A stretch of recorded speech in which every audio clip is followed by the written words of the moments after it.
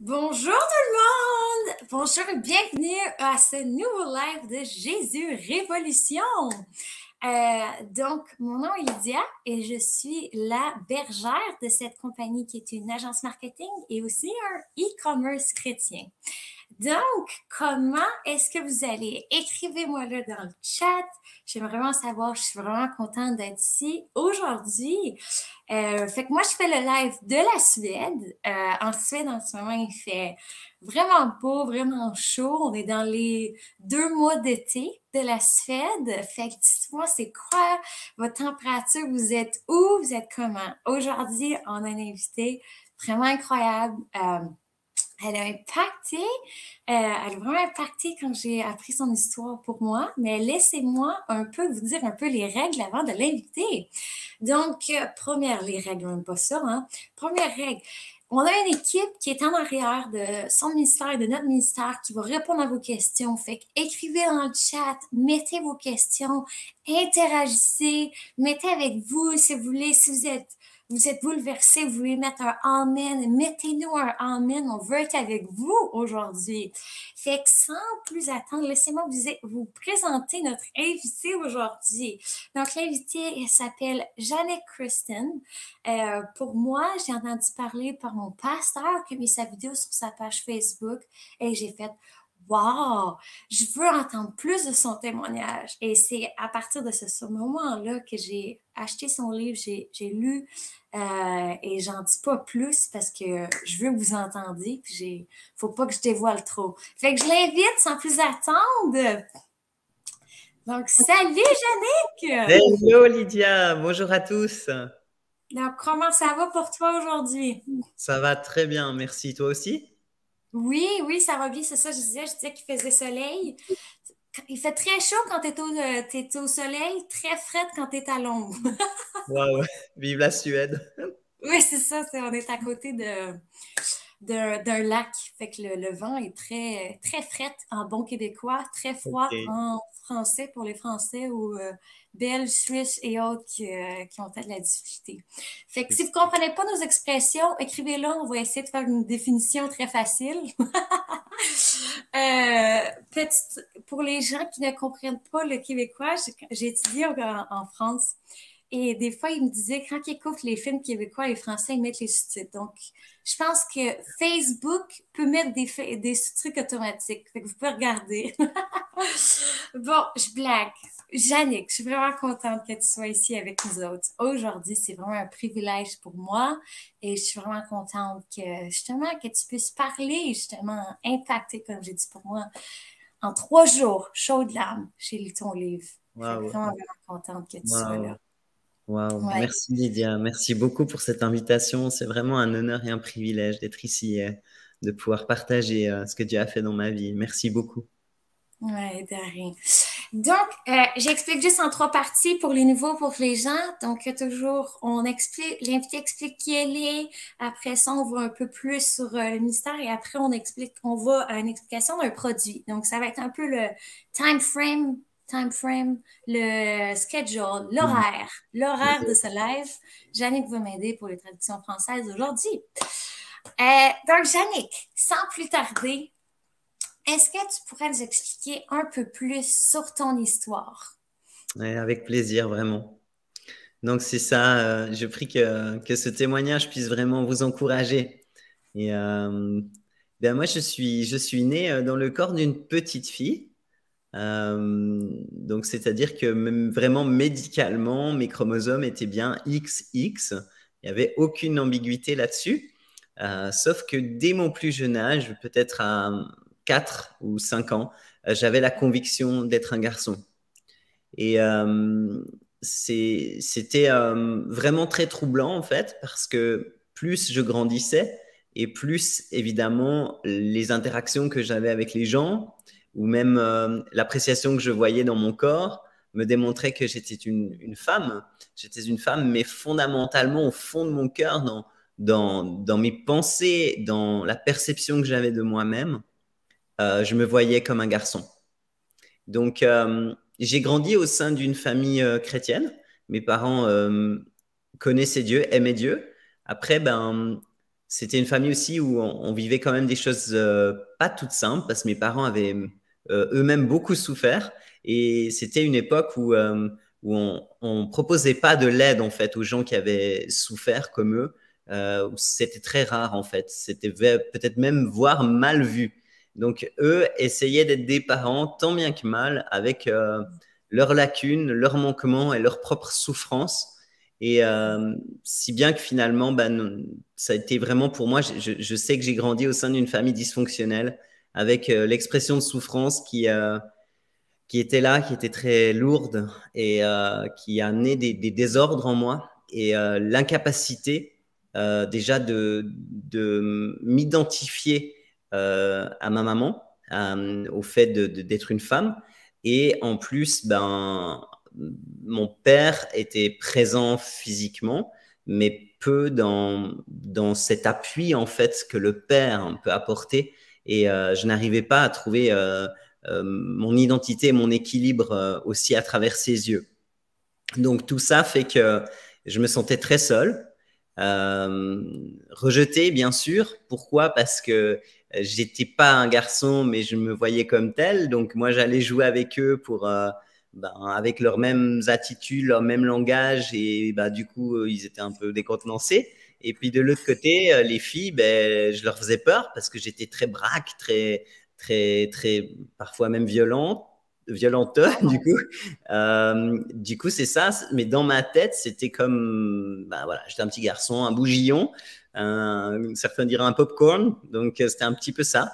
Et puis, Donc, est-ce que tu t'es battu avec les gars? T'as dû te faire battre, ça veut dire? alors moi, moi j'étais assez casse-cou et je me souviens notamment un garçon là qui était, en plus c'était un plus grand et vraiment j'avais peur en fait. Je me souviens d'aller à l'école et j'avais peur qu'il m'attrape à la sortie et j'étais en même temps prête à en découdre parce que j'avais vraiment, je crois pas que j'avais peur. Hein. J'étais assez casse-cou, même dans mes jeux. Euh, J'étais un peu, je sais ici en Amérique du Nord on dit tomboy, mais c'est vraiment ça. Ouais. J'étais vraiment. J'aime pas cette expression en français, c'est terrible, mais garçon manqué. Mais c'était vraiment ça. Et en même temps, ben, je recevais quand même une éducation chrétienne. Donc c'est sûr que ça me questionnait, mon mal-être, mon malaise me questionnait. Parce que je savais que Dieu ne se trompait pas, mais en même temps, ben, j'étais pas bien dans ma peau. Et j'ai quand même cherché à me rapprocher de Dieu. Et à l'âge de 7 ans, j'ai vécu une expérience extraordinaire avec Dieu. J'étais seul dans ma chambre. J'ai dit à Dieu que je savais qu'il existait. Mais avec mes mots d'enfant, je lui ai demandé de se révéler à moi. Et instantanément, l'atmosphère de ma chambre a changé. Il y avait vraiment une présence qui était là, une paix, une douceur. Il y avait quelque chose d'extraordinaire que je ressentais même physiquement. Et j'ai commencé à parler dans des langues que je connaissais pas, mais je sais, Wow. c'est vraiment la Pentecôte, le baptême dans des langues, et c'est ce que j'ai expérimenté là, juste avec lui dans ma chambre. Et ça a semé en moi la conviction que Dieu entendait mes prières, qu'il était vivant. Ben ça, j'en avais déjà la conviction, mais vraiment qu'il entendait mes prières, et du coup qu'il était pas si loin de moi, comme tu vois, tu peux avoir la représentation que Dieu il est sur un nuage, je sais pas où. Mais là, j'avais vraiment la conscience que Dieu était là et que je pouvais avoir une relation avec lui. Et je trouvais extraordinaire parce que ça a été quelque chose d'essentiel pour moi parce que l'année qui a suivi, j'ai vécu deux drames particuliers. Le premier, c'est que j'avais un copain de classe qui était mon meilleur ami. Après l'école, on allait jouer ensemble. Il habitait la maison juste en dessous de chez mes parents. J'allais sonner, on jouait ensemble aux Indiens, on montait dans les arbres. On était très complices tous les deux. Et il est parti en vacances et il n'est jamais revenu parce qu'il a eu un accident en montagne et il s'est Hmm. tué. Et pour moi, ça a été un drame vraiment terrible. Ben, déjà, la manière dont je l'ai appris, assez violemment et sans avoir été préparé à ça. Mais c'était vraiment pour moi un choc terrible. Et il n'y avait pas d'accompagnement des enfants par rapport au deuil à l'époque. On pensait même que c'était mieux d'éviter que les enfants soient confrontés aux éléments de la mort. Donc, il y avait comme un peu une omerta autour de ça, on n'en parlait pas. Mais la réalité, c'est que moi, ça m'a montré que la vie pouvait s'arrêter comme ça, qu'on n'était rien, et ça a mis une gravité, en fait, ce sentiment de gravité au fond de moi qui fait que réellement, je sais que mon enfance s'est cassée à ce moment-là. Et dans la même année, ma maman a été hospitalisée à cause d'une hernie discale. Et l'intervention s'est très mal déroulée. Et le chirurgien a sectionné l'iliaque sans s'en rendre compte. Donc, c'est une artère qui remonte au cœur. Et ils ont refermé. Et dès la chambre de réveil, ma mère a juste eu le temps de dire qu'elle avait mal au ventre. Puis elle est partie, les signes vitaux, tout hurlait. Et ils étaient réellement en train de la perdre. Donc là, ils ont pu la sauver de manière in extremis, mais c'est vraiment miraculeux parce que le temps qu'ils réalisent ce qui se passe, ils ne pouvaient pas réouvrir dans le dos, ils ont dû réouvrir à l'avant. Paraît-il que c'était, désolé pour l'expression, mais une boucherie. Vraiment, ma mère se vidait de son sang. Et elle est restée donc 3 jours entre la vie et la mort, puis 3 mois en rééducation dans des maisons de convalescence. Et, et là, une fois de plus, je parlais de la gravité. Ben là, en fait, tu t'es plongé dans le monde des adultes parce que du jour au lendemain, ben, il faut aider. Il faut aider à la maison. Il n'y a plus d'insouciance. Tu dois faire du ménage, il faut faire leur passage, il faut faire à manger. Et en même temps, tu vas à l'école et tu vois aussi ton père qui est pas bien, qui est préoccupé. Mes parents, c'est sûr, n'ont pas tout réussi en tant que parents, mais je veux vraiment honorer le couple qu'ils ont été parce que c'est vraiment un couple qui s'aimait profondément et qui se démontrait beaucoup d'honneur. Et mon père était un exemple pour moi dans sa manière de traiter ma maman. C'était vraiment un gentleman, quoi. Donc du coup, mon père était vraiment en souffrance. Il aimait ma maman. Et ben, c'est tout ça, en tant qu'enfant, tu es confronté à ça, à cette probabilité que réellement ta mère bah, décède. Et j'étais plus touché par la tristesse de mon père, en fait, que par cette possible perte, parce que c'est vrai que ma relation avec elle était très conflictuelle et difficile. J'avais beaucoup de colère vis-à-vis d'elle. Donc, c'est sûr que voilà, c'était vraiment une période particulière. Je suis tombé en dépression à l'âge de 8 ans.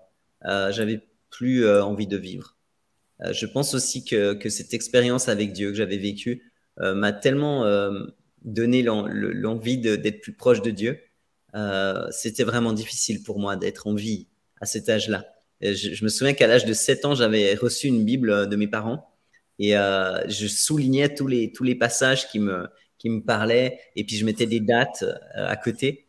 Et quand j'étais jeune adulte, j'ai repris ma Bible d'enfance en relisant ces passages et j'ai pu vraiment voir qu'à l'âge de 8 ans, je m'appropriais des passages comme Job quand il dit qu'il aurait préféré que le jour de sa naissance ne voit jamais la lumière. Et voilà, j'avais 8 ans et je parlais déjà ainsi, donc c'est quand même, enfin, c'est choquant quand j'imagine, je connais un enfant de 8 ans autour de moi, c'est d'imaginer ça, c'est vraiment choquant. Et puis, c'est là où j'ai commencé à être suivi pour la première fois par une thérapeute en relation d'aide qui a prié pour moi, qui a essayé de m'aider. Et puis, bon, j'étais toujours très mal. En rentrant dans l'adolescence, j'ai commencé à réellement, bah, déjà un peu avant même, à réellement manger mes émotions, notamment le manque d'affection. Je mangeais beaucoup de choses sucrées. Je pouvais descendre des quantités effarantes. Je me souviens que ma maman m'avait dit, pas qu'elle avait honte, mais elle était hyper mal à l'aise si on allait en visite. On était allé notamment chez une voisine qui avait ouvert une boîte de biscuits et je n'arrivais pas à m'arrêter de manger. Je prenais un biscuit après l'autre et en fait, le sucre me donnait un sentiment de bien-être, d'affection peut-être, de paix. Ça apaisait en fait le vide intérieur que je ressentais. Et je me souviens même au début de l'adolescence, je mangeais on appelle ça de la saccharine, c'est du faux sucre en fait, en petites pilules que les gens mettent dans le café. Je mangeais ces pilules comme ça. Donc c'était vraiment une addiction un besoin d'amour et d'affection que je cherchais dans le sucre. Donc, c'est ça. À l'âge de 15 ans, j'étais proche d'une copine à l'école qui avait aussi des difficultés relationnelles et au sein de sa famille, ses parents étaient divorcés et tout. Et elle me partageait des choses de sa vie et puis on est devenu un petit peu plus proches. Et c'est sûr que bah, j'avais toujours un peu, bah, j'avais de la peine à être en relation avec les gens, mais si j'avais des relations, c'était forcément avec des gens qui avaient du contenu, je pourrais dire. C'est-à-dire que ben, elle souffrait, donc on se comprenait. Et puis, ben voilà, rebelote, si je puis dire, elle part en vacances. Et elle, par contre, elle choisit de s'enlever la vie.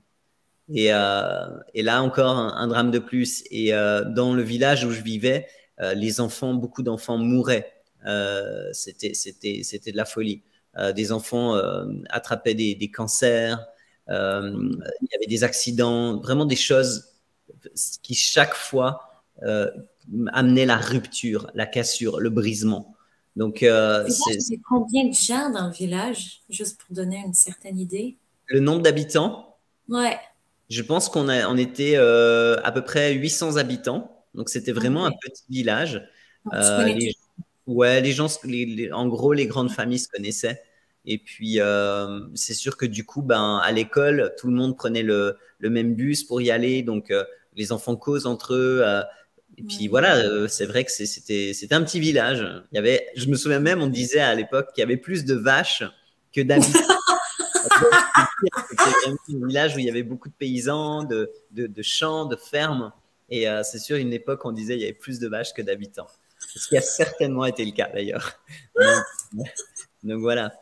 Et c'est ça. Donc j'ai aussi développé une relation avec une amie qui avait 8 ans de plus, qui était un peu comme une grande sœur pour moi.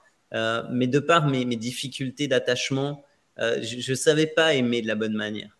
J'étais très possessive, exclusive. Si elle me témoignait pas de l'affection, j'étais insécure au possible, peur d'être abandonnée. Et c'est sûr que du coup, ça a été un peu le combat, je ne veux pas dire de ma vie, mais réellement, je n'arrivais pas à m'attacher de manière saine. Et du coup, ça crée des conflits, des difficultés. Et chaque fois, du coup, je me retrouvais seul. Et du coup, c'était comme. En fait, c'est un peu le chat qui se mord la queue. Parce que tu te sens pas aimé, tu te sens rejeté. Du coup, tu développes des comportements qui amènent les gens finalement à te rejeter ou les situations, parce que c'est pas elle, cette amie qui me rejetait en tant que telle, mais ça a amené des choses qui ont fait que la relation a cassé, a été vraiment malmenée, brisée. Et du coup, ça vient nourrir cette conviction que tu n'es pas aimable, que de toute façon, personne ne peut t'aimer et que voilà, tu t'es fait pour être seul, tu es fait pour ne pas avoir d'amis parce que tu es incapable de ça. Alors, c'était vraiment compliqué à mes 15 ans là. J'ai choisi de passer par les eaux du baptême. Une fois de plus, Dieu. C'était comme si je voulais vraiment sceller mon engagement pour vivre avec Dieu et pour Dieu. Donc, j'avais 15 ans quand je suis passé par les eaux du baptême. Et c'était un pas important pour moi. Mais l'année qui a suivi a été très, très difficile, renforçant toujours plus ces sentiments d'abandon, de solitude, et toujours mon mal-être, toujours ce sentiment d'être un garçon dans un corps de femme, et cette fois un corps de femme qui était développé parce que j'avais eu mes règles à l'âge de 11 ans, et mon corps s'était vraiment développé de manière très, très... J'avais une forte poitrine, en plus j'étais rondelette avec tout ce sucre, donc j'avais vraiment une peine pas possible à m'accepter. J'arrivais pas à m'accepter en fait. C'était vraiment, c'était impossible pour moi de m'accepter, de m'aimer. Et à l'âge de 16 ans, euh, un jour, j'étais donc là suivi par un psychiatre. Cette fois, j'avais déjà une médication de l'ordre du psychiatrique. Et là, à l'âge de 16 ans, je me souviens que je suis rentré dans ma chambre un soir et j'ai vu tous les médicaments, toutes les boîtes que j'avais. Et j'ai décidé d'en finir. Et j'ai avalé tous les comprimés de toutes les boîtes que j'avais. Et, je me souviens même de ce moment où ça devenait. Je j'arrivais presque plus à avaler, déjà tellement j'en avais pris. Et Ouais. je sentais que l'effet commençait à se faire.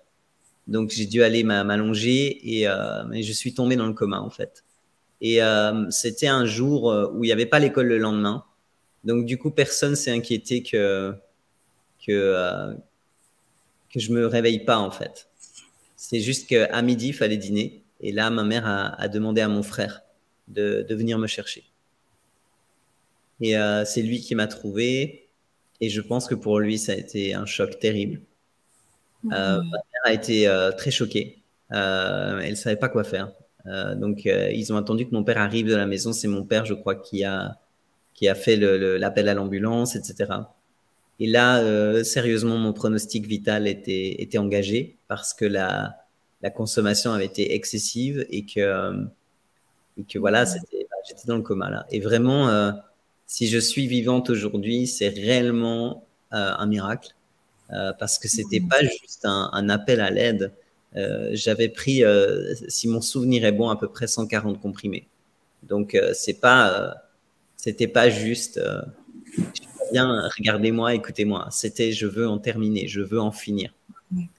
Et Moi, si je peux donner, pour les gens qui peut-être qui ont plus de difficultés de comprendre, j'ai eu une commotion, puis je prenais tout un pot de pilules contre les mal de tête par jour.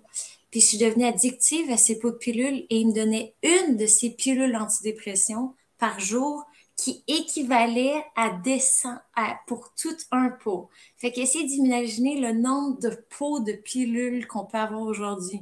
Juste pour les gens qui peuvent expliquer, c'est extrême, là. C'est vraiment ouais, extrême ce qu'elle a pris, là. non, c'est C'était sûr. C'est sûr, pour moi, c'était. Je voulais pas me louper, si je puis dire. ouais, Euh, Par contre, justement, quand je suis sorti du coma, l'infirmier qui était là, le médecin m'a demandé si j'avais fait une bêtise ou si j'allais recommencer.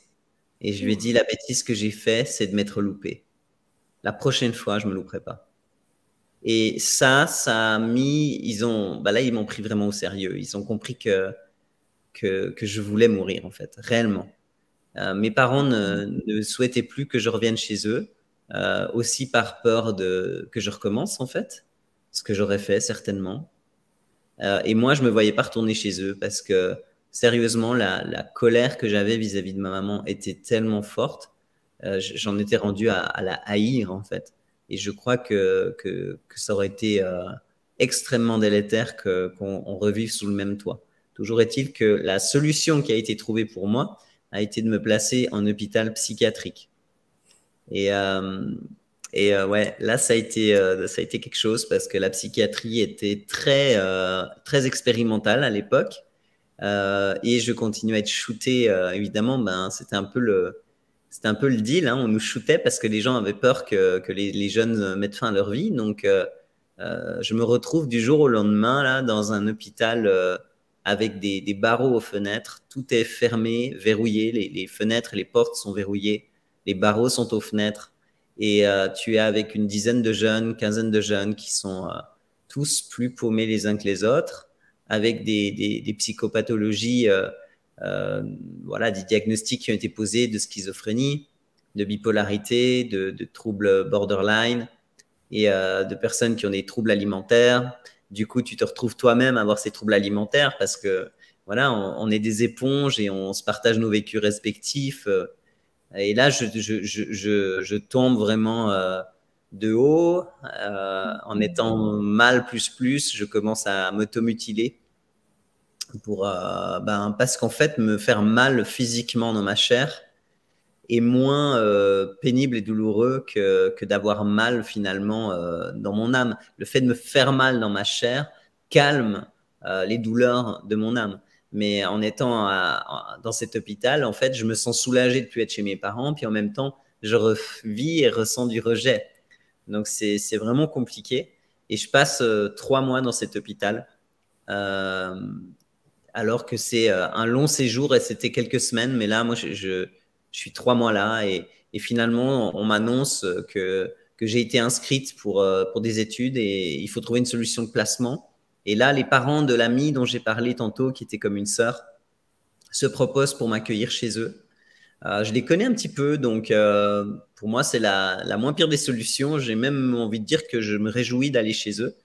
Ce que je ne sais pas, c'est que pour eux, c'est pas tout simple de m'accueillir, dans le sens qu'il n'y a pas forcément un consortium sur le fait de m'accueillir. Du coup, je me sens très vite gênante dans ce lieu. Et du coup, à nouveau, le rejet, l'abandon, le fait de ne pas me sentir aimé, c'est quelque chose qui continue à être là. Et bref, je fais mes études, j'entre pour mes études. Et là, je continue souvent le soir à chercher des émissions pour essayer de comprendre quel est mon problème, pourquoi je suis toujours mal dans ma peau, pourquoi je me sens comme un homme.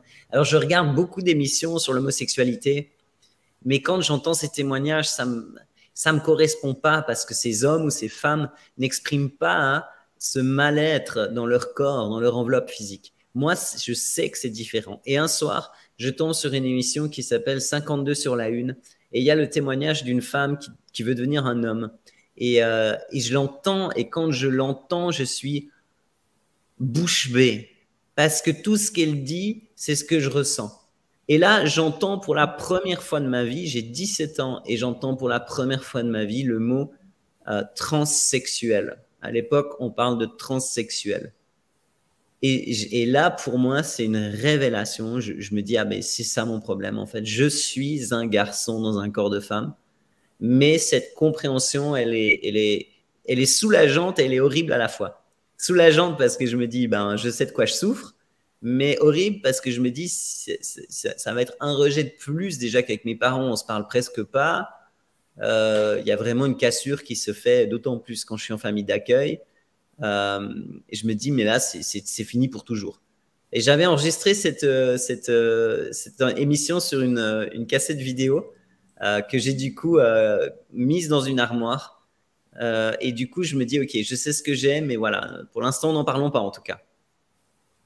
L'année suivante, je vais me mettre en couple avec une femme que je rencontre sur mon lieu d'études. On a le même âge, elle est magnifique, blonde aux yeux bleus, pétillante de vie. Et réellement, je tombe en amour, comme vous dites au Québec. Vraiment, je l'aime profondément. Mais dès le départ, je lui dis que ben, je préfère si elle peut me parler au masculin. Et puis, c'est ce qu'elle fait. Elle me parle au masculin et puis elle me dit toujours qu'elle n'a pas l'impression d'être avec une femme. Et par contre, je suis pas à l'aise qu'on connaisse trop notre relation parce que les gens voient deux femmes. Même si je suis dans un look très garçon, j'ai pas envie qu'on puisse m'assimiler à je suis une femme avec une femme. Donc, en gros, notre relation, on nous voit beaucoup ensemble. Les gens au gymnase, donc dans mon école, nous voient beaucoup ensemble, mais sans forcément qu'on officialise notre relation auprès des gens globalement comme ça. Ça va durer 2 ans. Et après ces 2 ans, on rompt. Et là, je rentre dans comment dire, une détermination d'accepter ma féminité où il y aura autre chose. Pourquoi? Parce que je réalise que j'ai vraiment essayé, mais que j'ai pas réussi à accepter cette féminité. Et que le plus simple, ce serait quand même d'y arriver.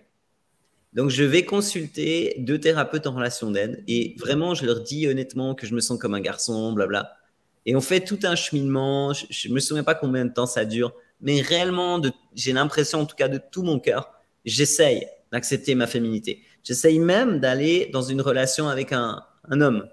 Mais à ce moment-là, je me sens homosexuel. Donc, je me dis non, mais t'as vraiment essayé, laisse tomber, quoi.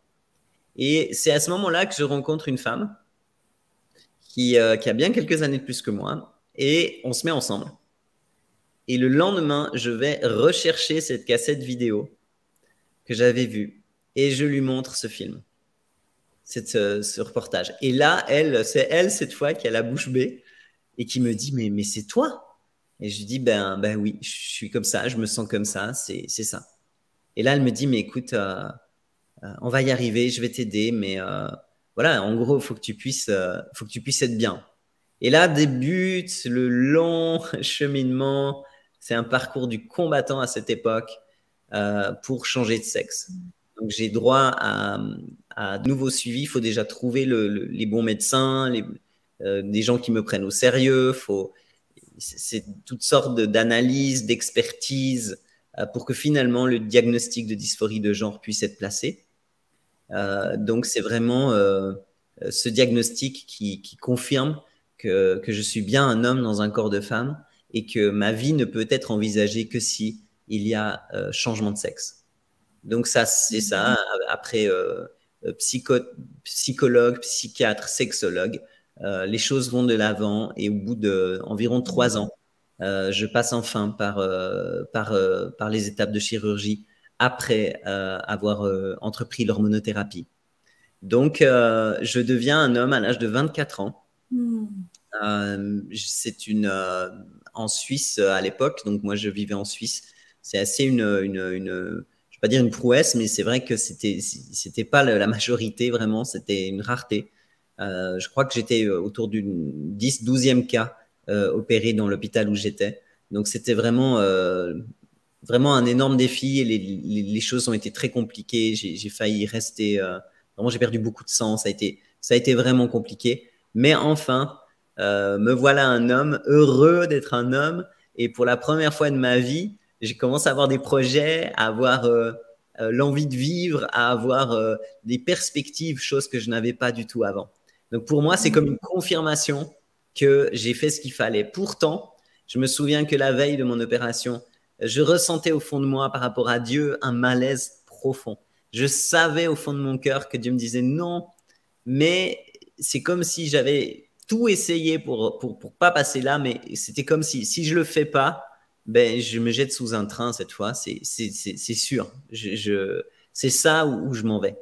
Donc finalement, j'ai fait taire cette voix à l'intérieur de moi pour finalement vraiment me dire ok, il faut y aller. Donc c'est ça. L'année suivante, je rencontre une femme extraordinaire dans mon église parce que là j'ai rejoint une vie d'église et on tombe amoureux et on se marie très vite et on va vivre une vie de couple très épanouissante. Je m'éclate à ses côtés, elle s'éclate au mien. On est vraiment heureux, on aime, on sert Dieu là où on peut. Et puis, tout se passe vraiment bien pendant 10 ans. Et finalement, on décide, pour fêter nos 10 ans de mariage, d'offrir 1 an à Dieu dans une œuvre de bienfaisance. On a envie comme offrir une offrande de reconnaissance à Dieu, en fait. 1 an de nos vies pour l'aimer et le servir dans un endroit où on peut. Donc, c'est ce qu'on fait. On part en Amérique du Nord. On va servir. Et c'est là que Dieu me parle. Là, je cherche Dieu de tout mon cœur, vraiment. Je lui dis combien j'ai envie de m'approcher plus de lui. Et là, il me dit un jour, clairement, j'entends dans mon esprit très clairement. Je m'appelais Franck à l'époque. Et j'entends ça clairement. Franck, tu es au maximum dans la condition où tu es. Tu es au maximum de ce que tu peux vivre avec moi, de ce que je peux te donner. Si tu veux plus de moi, il y a un prix à payer. Mais si tu me fais confiance, je te restaurerai dans ton identité initiale. Quand j'entends ça, c'est vraiment un tremblement de terre, un tsunami. Je ne peux pas exprimer ce que je ressens. C'est affreux. Parce que je sais au fond de mon cœur que c'est réellement l'offre que Dieu me fait. Que j'ai le choix, mais que le meilleur est là. Alors, voilà, ça implique, pour moi, au début, c'est impensable parce que ça implique de divorcer. Et j'aime profondément mon épouse. Je sais qu'elle m'aime. On est toujours plus amoureux l'un de l'autre. Donc, c'est déjà ça, le divorce. Mais en plus, je n'arrive pas du tout à m'imaginer en femme. C'est comme impossible pour moi. Donc, c'est vraiment un pas de foi que je dois faire. D'oser lâcher tout ça et d'oser faire confiance à Dieu, qu'il saura tenir sa promesse. Et vous le voyez physiquement, j'ai choisi d'honorer Dieu et d'abandonner ma vie et de le suivre. Donc voilà, tout ça, je le raconte dans un livre, le processus de changement, tout ce que j'ai vécu en fait, cette détransition, on en parle aujourd'hui. De plus en plus, j'entends des témoignages de gens qui détransitionnent, qui après avoir transitionné réalisent que leur vrai moi est ailleurs. Donc voilà, c'est ça, c'est vraiment une grâce d'avoir été restauré dans mon identité initiale. Et voilà un petit peu pour mon témoignage. Grosso modo, c'est ça. Je pense que c'est la troisième fois que je l'entends. Je suis toujours touchée. Toujours, toujours touchée. C'est tellement incroyable comment j'admire beaucoup ta transparencité.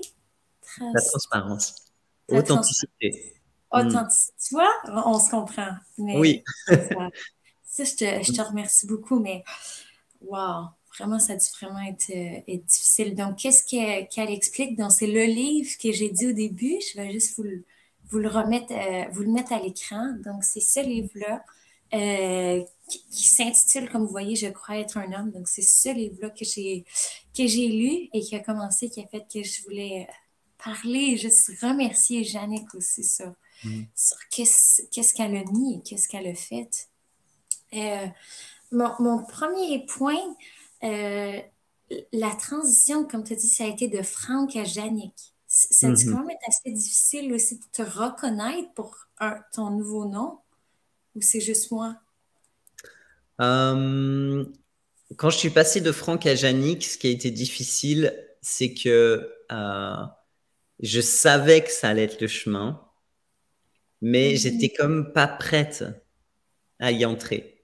Mais autour de moi, mes amis, ben, ils avaient plus trop le goût de m'appeler Franck, vu qu'ils savaient que j'étais une femme et que j'allais devenir une femme.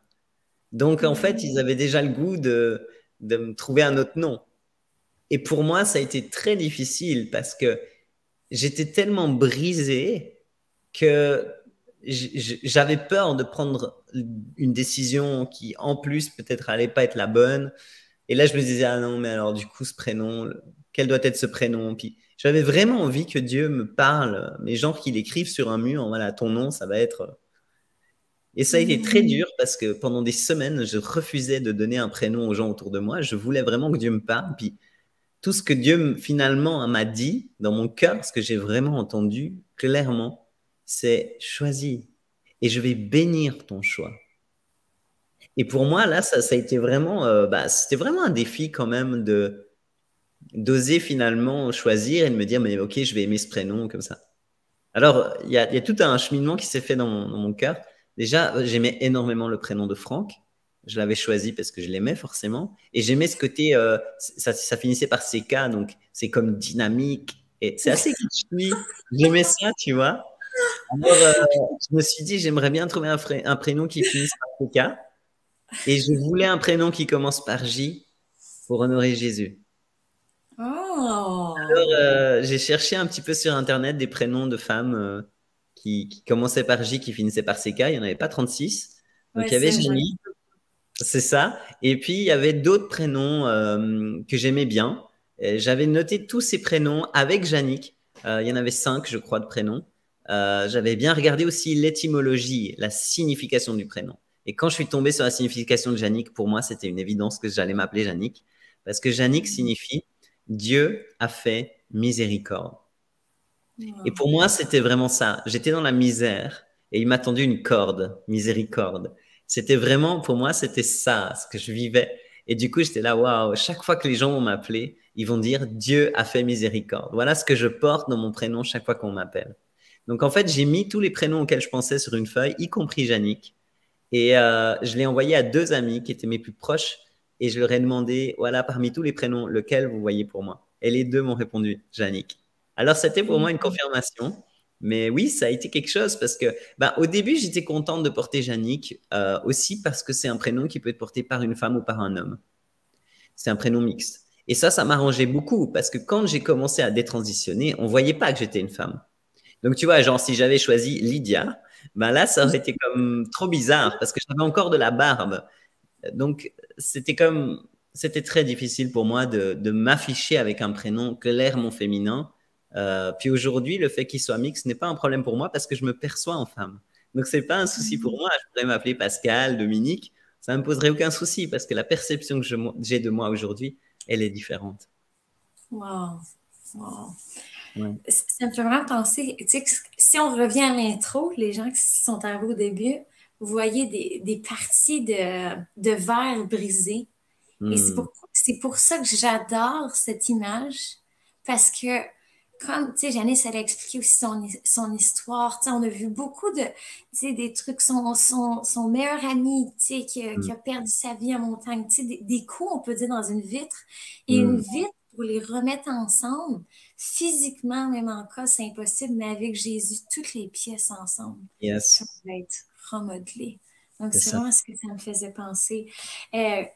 Comme j'ai mis, j'aimerais bouger parce que comme qu'on a montré avec ton livre, donc là, tu as expliqué, et après, quand tu as vu, on t'a commencé ton ministère, ici, tu as écrit ton livre. C'était quoi tes intentions? Pourquoi tu as voulu commencer c'est en anglais, fait que je peux le dire en anglais, Yes. Transformation pour la liberté. Et justement, avec ton cœur d'écrire ton livre. Comment ça s'est passé? Alors, l'écriture du livre, ça a été vraiment une mission que j'ai reçue de Dieu. Ça peut sembler bizarre de dire ça comme ça, mais un matin, et j'étais encore marié, j'étais encore dans mon lit avec mon ex-épouse, mais Dieu m'avait déjà parlé, et j'étais dans cette semaine où il fallait que je prenne cette décision. Et un matin, j'ai ouvert les yeux, et en ouvrant les yeux, j'ai eu une vision devant moi, et j'ai vu la première page de mon livre. J'ai vu un verset biblique, et je savais que c'était la première page du livre que je devais écrire. Donc pour moi, ça a été, je savais que c'était quelque chose que Dieu me demandait de faire, mais évidemment, à ce moment-là, j'étais pas prêt à le faire puisque j'étais encore franc et que je me voyais juste pas du tout raconter rien du tout. J'étais mal, donc c'était comme impossible. Ça a pris du temps vraiment pour moi d'écrire ce livre. Je n'ai pu le terminer qu'en 2020. Donc, c'est sûr qu'il m'a fallu 4 ans, à peu près, 3 ans et demi, 4 ans, pour pouvoir être en mesure de l'écrire. Et quand il a été question de créer Trends for Freedom, je l'ai fait pourquoi? Parce que mon histoire, c'est pas juste Jannik Kristen. La réalité, c'est que ce monde est rempli de millions d'hommes et de femmes qui sont mal dans leur tête, qui sont mal dans leur corps, qui sont mal dans leur peau, qui ne savent pas qui ils sont, qui se sentent rejetés, qui luttent avec le rejet, avec le manque d'acceptation de soi-même, des autres, qui sont angoissés et en quête d'identité, en quête de sens. Et j'ai voulu fonder Trends for Freedom pour que ce ministère puisse apporter un message d'espoir et de restauration. Et que c'est pas juste pour Jannik Kristen, c'est pas juste mon histoire, c'est réellement l'histoire de ces millions de vies que Dieu veut pouvoir toucher. Donc c'est pour ça que je trouvais important de différencier juste ma personne de ce ministère. Je comprends. Et aussi, je pense que ça nous aide, nous, personnellement, de pas toujours mettre la lumière, dire c'est moi, mais tu sais, dire que c'est la Oui, cause. c'est ça, c'est une œuvre que Dieu veut faire. Mon histoire, c'est pas juste une histoire de transidentité. Je dirais que tout ce que j'ai vécu s'est exprimé à travers ça. Mais il y a plein de gens qui boivent, qui ont des problèmes dans les relations, qui sont violents, qui se droguent, qui sont juste tristes, qui vivent leur vie sans savoir quoi, pourquoi, comment. Donc finalement, il n'est pas question de moi. Il est question de celui qui peut changer une Yeah. vie, qui peut l'amener, la transformer à la liberté. D'ailleurs, je ne sais pas si tu peux mettre le logo de Trends for Freedom ou bien juste le livre, mais j'aime beaucoup le logo. Voilà, on voit Trends for Freedom. Déjà, on voit un changement de couleur entre le bleu qui arrive au mauve et il y a ce 4 entre deux avec cette flèche. Ce 4, c'est comme un labyrinthe. J'ai beaucoup aimé, ma graphiste a été super inspirée d'ailleurs, je veux la remercier, la saluer ici. Elle a vu ce 4 comme un labyrinthe. Tu es dans le labyrinthe d'une vie et tu cherches à aller vers la liberté. Et c'est exactement en fait le but de Trends for Freedom, c'est de pouvoir amener les gens dans une transformation qui est produit la liberté. Et c'est ce que j'ai vécu en fait. Et c'est ce que je souhaite, si tu nous entends aujourd'hui, c'est vraiment ce que je te souhaite de tout mon cœur. Voilà. Amen. Amen. Non, ça ramène encore à la vitre. Yes. Peu importe ce qui arrive, ça brise la vitre, mais sans Dieu, c'est Dieu qui peut. Tu peux mettre de la colle chaude, tu peux mettre de la colle en bâton, tu peux essayer ce que tu veux, ça ne fonctionnera pas, tu vas même voir très mal à travers la vitre. C'est ça. Donc, c'est gloire à Jésus. Yes. Wow! Wow! Mais c'est aussi, wow, quand j'ai entendu son histoire, j'ai fait, wow! je veux avoir Jannick dans le live, qui donne aussi ses perceptions en parler, justement, quand, tu sais, quand tu l'entends, je sais pas pour vous, mais c'est tellement excitant, non? C'est de voir ta transformation aussi. Je pense que ça amène beaucoup de, comme tu dis, de liberté, de voir l'espoir. Tu sais, souvent aussi, on peut regarder quelqu'un ailleurs, voir qu'est-ce qu'il y a d'autre. Fait que si ça va, j'aimerais transitionner vers la troisième partie. Si vous ne savez pas, on avait déjà transitionné à la deuxième, et là, on transitionne à la troisième. Fait que suivez ma tête. Donc, j'aimerais... Donc, un des designs de Jésus Révolution, je vais demander à Jannick qu'elle donne sa perception du produit. Fait que laissez-moi juste le trouver. Donc, c'est celui-là ici. La traduction en français veut dire les promesses de Jésus sont vraies et c'est la référence en dessous de Genèse 9, 13. Et je vais le laisser en bas. Fait que c'est ça. Donc, c'est en anglais, mais on se rappelle de la traduction que j'ai dit. Donc, ma question pour toi. Donc, avec ton histoire et tout, c'est quelle est ta perception quand tu vois ce design? Alors, il y a plusieurs choses. Bon, déjà, on voit l'arc-en-ciel. J'aime que ce soit l'arc-en-ciel tel qu'il a été voulu par Dieu. On voit qu'il y a les 7 couleurs, ce qui n'est pas le cas de ces arcs-en-ciel qu'on voit fleurir un petit peu partout aujourd'hui. La plupart ont 6 couleurs. Alors, je trouve chouette que tu aies choisi, vous ayez choisi de placer cet arc-en-ciel tel que Dieu l'a voulu au départ avec ces 7 couleurs. Et l'arc-en-ciel, c'est premièrement l'engagement de Dieu envers l'humanité. Et je trouve beau parce que ça rappelle cela. C'est Dieu qui s'engage envers l'humanité à ne plus la détruire par le déluge de l'eau. Et ce qui m'a interpellé dans ce logo, c'est que vous ayez mis Jesus. Aujourd'hui, les gens sont très à l'aise de parler de Dieu, mais quand on parle de Jésus, souvent, les gens sont comme un peu moins à l'aise. Alors, je trouve très courageux. Et tu vois, aujourd'hui, on voit ce drapeau arc-en-ciel à toutes les sauces pour amener, soi-disant, la fierté. Fierté de tel mouvement, fierté de telle communauté. Et là, moi, je trouve extraordinaire qu'on puisse mettre le nom de Jésus avec fierté. Parce qu'il est le nom au-dessus de tout nom. Il est le nom par lequel on peut recevoir le salut. Et pour moi, c'est vraiment beau de voir le nom de Jésus sur ce logo, fièrement affiché avec cette promesse de Dieu, comme quoi il ne détruira plus l'humanité par l'eau du déluge. La réalité, c'est que en Jésus, il a envoyé un déluge d'amour. Et c'est ça qui est extraordinaire. C'est vraiment un amour qui coule de son cœur pour nous. Et encore une chose qui me touche, c'est qu'on voit le nom de Jésus sur ce logo avec une référence dans la Genèse. C'est assez particulier. Ça montre vraiment, la réalité, c'est que ça montre que Jésus, non seulement traverse l'histoire, mais il la transcende. On voit que Jésus est au commencement et à la fin. Il est d'ailleurs dans l'Apocalypse, qui est le dernier livre de la Bible, à 3 reprises. Jésus, il dit qu'il est l'alpha et l'oméga. C'est pas qu'il a un commencement et qu'il a une fin. Il est le commencement. Il est la fin.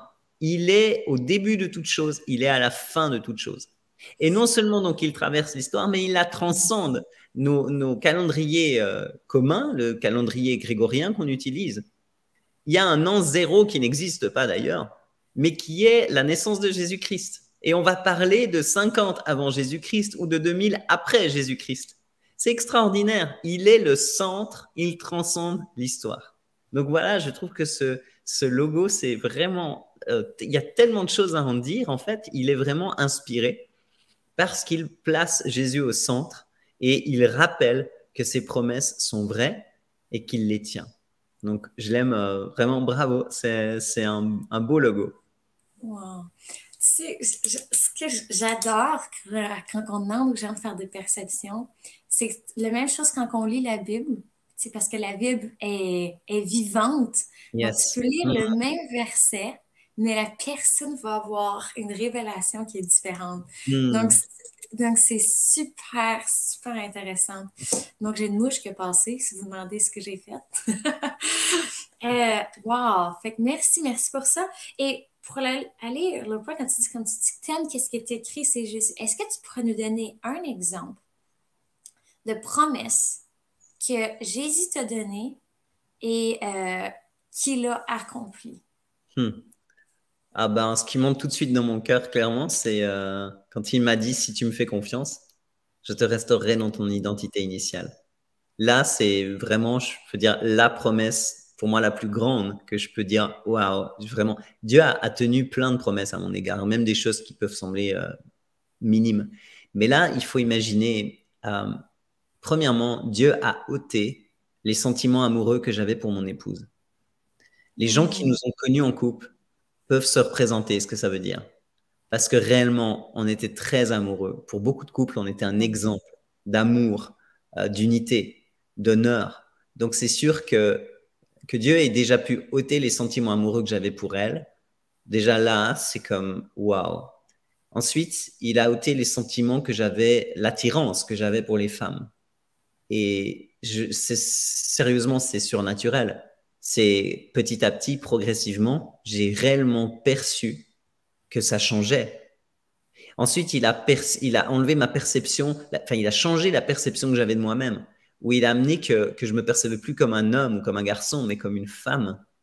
Et ça, c'est tellement surnaturel, c'est tellement extraordinaire. Alors oui, il a tenu sa promesse. Il a fait ces changements petit à petit dans mon cœur, alors que je m'approchais de lui, alors que je le cherchais, alors que je passais du temps dans sa présence, que je me perdais en sa présence.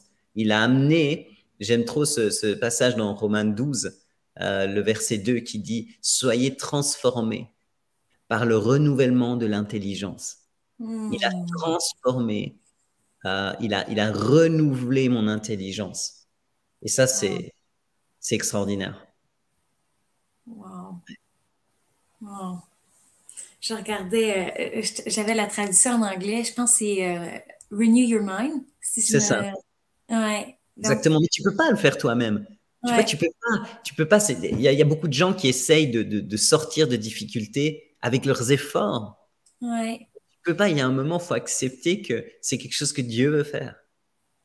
Et tu vois, tu peux le voir dans le naturel. On peut voir, j'ai entendu hier quelqu'un qui disait, oh, quand tu vois cette petite fille, tu vois tellement son père, elle a les mêmes mimiques. Et c'est un bébé encore, elle a, je sais pas, un an. Et en fait, c'est exactement ça. Plus tu passes du temps avec ton père, plus tu vas avoir ses mimiques, Hmm. ses pensées. Tu vas être imprégné de qui il est. Ça va transpirer sur toi et tu vas le transpirer sur d'autres. Donc c'est ça en fait qui est extraordinaire. C'est soyez transformés. Soyez transformés, c'est quelque chose qui se fait. C'est pas quelque chose que tu fais. Donc Ouais. ouais. Puis aussi, quand tu es dans la présence de Dieu, je pense que tu peux aussi te donner. Des fois, tu pleures ou tu sais, il est en train de changer et de guérir des choses intérieures que tu pensais toi-même ou tu penses même pas que c'était encore là. Tu as fait, ben oui, Mhm. j'ai pardonné à cette personne-là dans ce temps-là. Et après, ça devient, wow, c'est comme de l'eau qui coule. Donc, Mhm. Dieu change, Dieu transforme, comme Je c'est crois qu'il dit. faut pas, pardon, je crois qu'il faut pas avoir peur d'aller dans sa présence. Je crois Oui. que beaucoup de gens refusent d'aller à ce stade où ils sont face à Dieu, face à eux-mêmes. Mais moi, je crois qu'il ne faut pas avoir peur de ça. C'est là où la transformation se passe. Et c'est pour ça aussi qu'il y a tellement d'enjeux, tellement de choses de distractions aujourd'hui. Parce que bien sûr qu'il y en a un qui n'a pas envie que tu sois transformé. Il y en a un qui n'a pas envie que tu sois guéri dans ton cœur. Et je crois que c'est pour ça que notre génération a tellement de peine à être focus. Il y a tellement de distractions aujourd'hui dans le monde pour t'amener à ne pas prendre ces temps avec lui, à ne pas aller chercher auprès de lui. Mais tu vas même aller faire du counseling. J'ai rien contre, mais la réalité, c'est que aucun être humain sur Terre ne pourra transformer ta façon de penser comme Dieu peut le faire. Ici, on va te parler d'un lavage de cerveau, mais la réalité, c'est qu'un jour, pour une raison X, tes yeux peuvent s'ouvrir et tu repars en arrière. Quand Dieu te transforme, c'est pas quelque chose que tu as fait toi-même. C'est lui qui l'a fait, c'est son initiative. Donc c'est durable. Dieu n'est pas un Dieu qui change. Il est un Dieu qui est, qui était et qui sera. Il est éternel. Il ne change pas. Donc, quand il amène une transformation dans ta vie, c'est pas pour que 6 mois après ou dans 10 ans, je me souviens d'ailleurs, le gars à l'état civil me disait, mais est-ce que vraiment vous allez, quand j'ai fait ma détransition, est-ce que vous n'allez pas à nouveau venir dans 3 ans me dire que… Alors, j'aurais pu dire oui si j'avais initié cette transformation. Parce que l'homme est changeant, l'homme est influençable, mais Dieu ne l'est pas. Et puisqu'il l'a fait, il l'a fait parfaitement. Donc non, je ne retournerai pas pour changer de prénom encore une fois. Wow. Et je pense que ça revient aussi au début sur ce que tu disais, ça revient à ce que tu disais au début du live, que Dieu, c'est pas un Dieu distant, c'est pas un Dieu qui est loin, loin, loin sur les nuages. C'est un Dieu qui est ici et présent. C'est même écrit dans la Bible quand que 2 ou 3 se réunissent, il est au milieu. Donc, il est avec nous. Je crois qu'avant de continuer pour la prochaine question, je pense que j'aimerais qu'on prie sur ce point-là pour que les gens expériencent Dieu, qui est, comme on dit, qui ait cette présence, qui veulent qu'on voit ce changement. Ok. Ouais. Tu veux commencer ou tu veux que je commence? Je t'en prie, vas-y, vas-y. Amen. Merci Seigneur. Merci surtout Seigneur pour tout le monde qui est ici présent, Seigneur, qui écoute sur ce live. Je te prie pour leur vie, Seigneur. Je te prie pour ta présence, Seigneur. Je te prie, Seigneur. Je te prie, Seigneur, que tu te révèles à eux, Seigneur. Tu n'es pas un Dieu, Seigneur, qui est dans les firmaments, Seigneur. Tu n'es pas un Dieu qui veut être distant, mais tu veux connaître, Seigneur. Dans toutes les fois, Seigneur, quand on part loin de toi, Seigneur, tu veux, Seigneur, tu as envie, Seigneur, d'avoir une relation avec nous, Seigneur.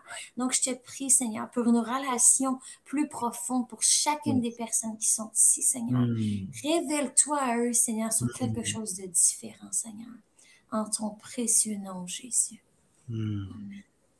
Amen. Et moi, je veux te demander, Père, que tu permettes à chacun de venir dans le miroir que tu es, de découvrir et se découvrir qui ils sont réellement. Je prie, Père, pour que les identités soient restaurées, que les gens puissent entrer dans le plein potentiel de leur destinée, tels que tu les as voulus, tels que tu les as conçus. Je prie pour qu'ils puissent saisir cet héritage, y entrer et y marcher, libres, comme tu as pu le faire pour moi. Je relâche cette grâce sur leur vie, afin qu'ils puissent rentrer dans tout ce que tu as préparé d'avance pour eux, ces œuvres extraordinaires, qu'ils puissent les accomplir pour ta plus grande gloire, Jésus-Christ. Amen. Amen. Amen. Ma dernière question pour toi, Jannick. Je crois qu'à différents moments, les gens ont pu se sentir interpellés. Peut-être qu'ils sentent aussi comme cette vitre qui a été brisée. Peut-être qu'ils sentent comment que eux, comme toi, peuvent, quand tu avais 7 ans, te dire, Jésus, j'ai besoin de toi. Donc, comment qu'ils peuvent se restaurer? Qu'est-ce que tu leur dirais? Je crois que la clé, c'est réellement d'abandonner sa vie à Jésus. C'est pas juste d'accepter Jésus comme un sauveur. Ça, je l'avais fait. Mais c'est de choisir Jésus comme Seigneur. Et il y a une grande différence entre Jésus sauveur et Jésus Seigneur. Jésus sauveur, c'est lui qui t'apporte. Il t'apporte le salut. Il t'apporte, dans le mot salut, c'est le mot grec sozo, qui veut dire délivrance, salut et guérison. Donc oui, là, Dieu, quand tu acceptes Jésus-Christ comme sauveur, Dieu vient comme étant celui qui te délivre, comme étant celui qui te sauve, comme étant celui qui te guérit. Et c'est merveilleux et c'est bien, mais c'est le premier pas. Et je crois que le plus important, c'est que Christ soit ton Seigneur, que Jésus-Christ soit ton Seigneur, c'est-à-dire que tu abandonnes réellement ta vie à Dieu. Et j'avoue que moi, personnellement, faire de Jésus mon Seigneur, premièrement, ça a amené de l'angoisse, ça a amené des peurs et du stress parce que j'avais peur d'entrer dans une vie dont je connaissais pas les contours. J'avais peur de devoir être quelqu'un avec qui j'allais pas être bien. J'avais peur d'abandonner mes choix, d'abandonner ma vie à Dieu. J'avais peur qu'il soit le maître de ma vie, en fait. Mais la réalité, c'est que quand tu fais de Jésus-Christ ton Seigneur, il y a une paix et une joie extraordinaires qui viennent. J'aime beaucoup, je vais le trouver rapidement, ça se trouve dans Hébreux, au chapitre 12. le verset 11, voilà. Hébreux, chapitre 12, verset 11. Je vais lire dans la Bible du Semeur. J'aime particulièrement cette traduction pour ce verset. Il dit, certes, sur le moment, une correction, la Bible Louis II dit un châtiment ou une peine. Une correction ne semble pas être un sujet de joie, mais plutôt une cause de tristesse. Mais par la suite, elle a pour fruit, chez ceux qui ont ainsi été formés, une vie juste, vécue dans la paix. Alors oui, peut-être que choisir Jésus comme ton Seigneur, ça va impliquer une forme de châtiment, où tu vas te dire, mais je me sens puni de devoir laisser certaines choses, de devoir abandonner ma vie, de devoir choisir de suivre Jésus et de faire ce qu'il me demande de faire.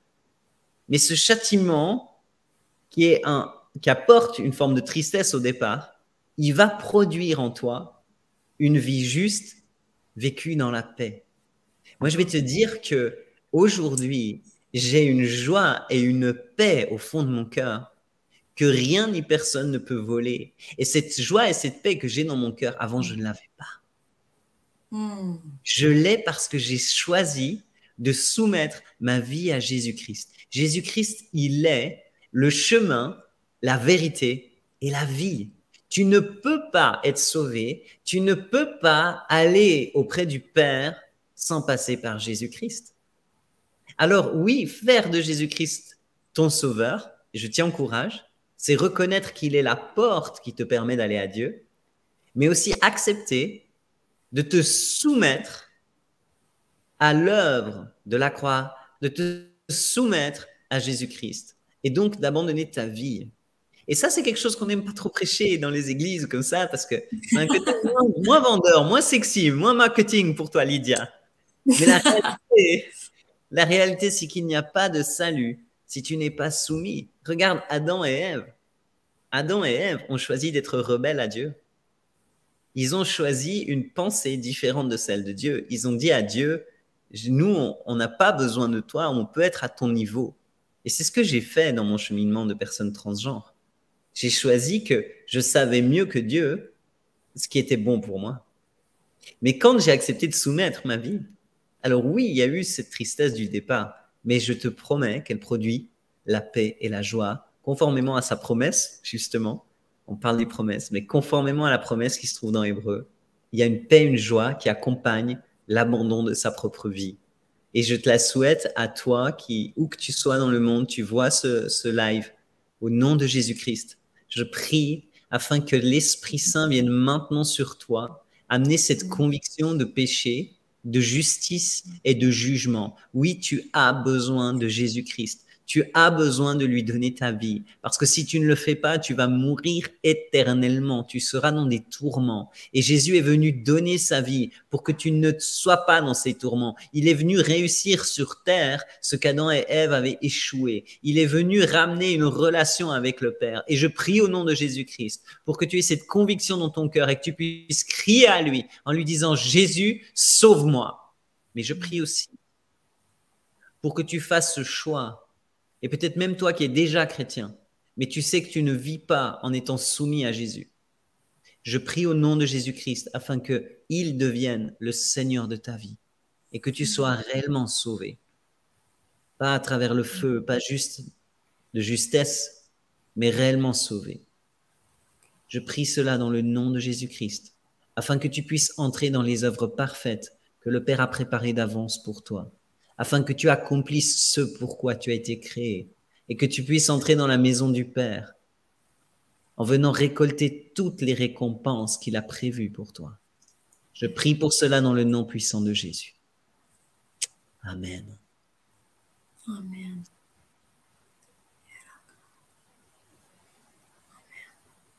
Il n'y a rien de sorcier dans le salut, il n'y a rien de compliqué. C'est pour n'importe quel âge. L'évangile est fait pour des enfants. Tu es peut-être très jeune et tu te dis, mais je suis jeune et j'ai le temps d'y penser. Si tu es jeune, pense-y maintenant. Parce que tu ne sais pas, comme je l'ai dit, je crois que tu es là derrière ton écran et tu écoutes et tu te dis, j'ai le temps.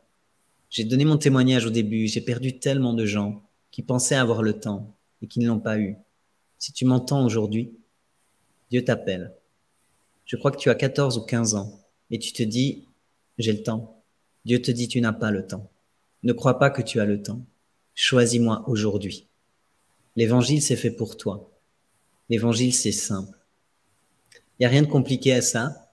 Tu peux vraiment inviter Jésus dans ta vie, au pied de ton lit. Tu peux le faire dans ta voiture. Il n'y a rien de compliqué à ça. C'est réellement ouvrir ton cœur et lui dire, dorénavant, je vis pour toi. Et c'est ça qui est extraordinaire. Moi, je veux t'encourager, si tu as fait ce pas aujourd'hui, à lire la Bible. Commence peut-être par l'évangile de Jean. Et je t'encourage, lis la Bible. Et je t'encourage aussi à rejoindre une église locale. C'est hyper important que tu puisses être encouragé à marcher dans les voies de Dieu. Et il y a sur Internet aussi beaucoup d'enseignements, beaucoup de chaînes chrétiennes, de choses qui peuvent te nourrir dans ta foi. Et c'est très bien. Et je t'encourage à vivre, à suivre ces émissions, à voir ces choses. Mais je t'encourage vraiment aussi à rejoindre une église locale. Parce qu'on a besoin des uns des autres. On a besoin d'avoir des frères et sœurs en chair et en os pour nous encourager dans la foi, pour être là. Voilà. Amen. Amen. Donc, j'aimerais juste... donc, si vous avez pris vous avez ce désir, vous avez des questions, vous avez prié justement à votre pied du lit, après, écrivez-nous. Donc, je vais juste mettre les emails. Vous pouvez nous écrire à Jésus Révolution sur le live, mais vous pouvez aussi écrire à Transform Freedom, Jannick ici. Donc, les deux pour des questions qui arrivent. Écrivez-nous, vous n'êtes pas seul et vous avez maintenant, si vous avez accepté Jésus comme votre Seigneur, vous avez aussi lui qui va toujours être là. Il est toujours là, mais il y a quelque chose de différent que vous allez ressentir. Pour moi, quand je l'ai accepté complètement, c'est comme si il y avait quelque chose, wow, tu viens de comprendre qu'est-ce que les gens essaient de dire. C'est pas juste, mon image serait comme un puzzle qui manque des pièces au milieu. Puis tu essaies plein de choses différentes. Tu essaies de mettre pour moi, c'était l'alcool. Tu essaies de mettre l'extrémiste, mais ça fonctionne pas. Mais c'est seulement Jésus qui vient terminer le puzzle, qui est la création, comment Dieu t'a créé. Mais tout à l'heure, on a dit qu'il y avait le temps avant et après Jésus-Christ. Et ben, c'est la même chose quand tu nais de nouveau. Il y a un avant et il y a un après Jésus-Christ. Ta vie, elle change réellement. Et c'est ça la nouvelle naissance. C'est passer d'un état à un autre. Et c'est vraiment ce qu'on souhaite pour chacun d'entre vous. C'est clair. Amen. Amen. Donc, je peux pas dire mieux. Donc, c'est un commencement. Donc, quand on accepte Jésus, c'est un commencement de nouvelle vie, comme on a dit, mais ça va être un marathon. Un marathon, ça ne veut pas dire que ça va toujours être facile, mais il va toujours être là. Et on sait, on court pour quoi? On court pour la fin. On court pour être avec lui pour l'éternité. Donc, ça va être excitant. Amen. Donc, Jannick, je pense que je vais Ouais, j'ai plus d'autres questions. Mais c'était vraiment un gros plaisir de t'avoir avec nous. Merci pour beaucoup. les gens qui nous regardent, Oh, c'est vrai! Attends, j'allais oublier. Si vous voulez acheter le livre de Jannick, vous pouvez aller sur transforfreedom.com. Et si vous avez aimé le design aussi, vous pouvez aller comme vous voyez en bas à droite de l'écran, c'est jésusrévolution.shop, ça c'est le Facebook. Ou sinon, notre site internet va venir à l'écran maintenant. Ça, c'est jésusrévolution.store, qui veut dire un magasin en anglais. Donc, je vous remercie. On vous relâche, on vous bénit. Est-ce que tu as autre chose, Jannick, avant que je ferme? Un grand merci. Vraiment, je suis très heureuse d'avoir pu prendre part à cet événement. Et merci beaucoup à toi. Et je bénis Jesus Revolution. Je crois qu'il y a vraiment quelque chose de bon et d'extraordinaire. Le meilleur est à venir, Lydia. Donc, merci et bravo aussi pour tout ce que tu es, tout ce que tu fais. Et puis, je veux bénir chaque personne qui nous écoute en live, en replay. Que vraiment, vous soyez abondamment bénis. Merci. Amen. Donc, au revoir tout le monde. On vous aime fort. Merci d'avoir été là.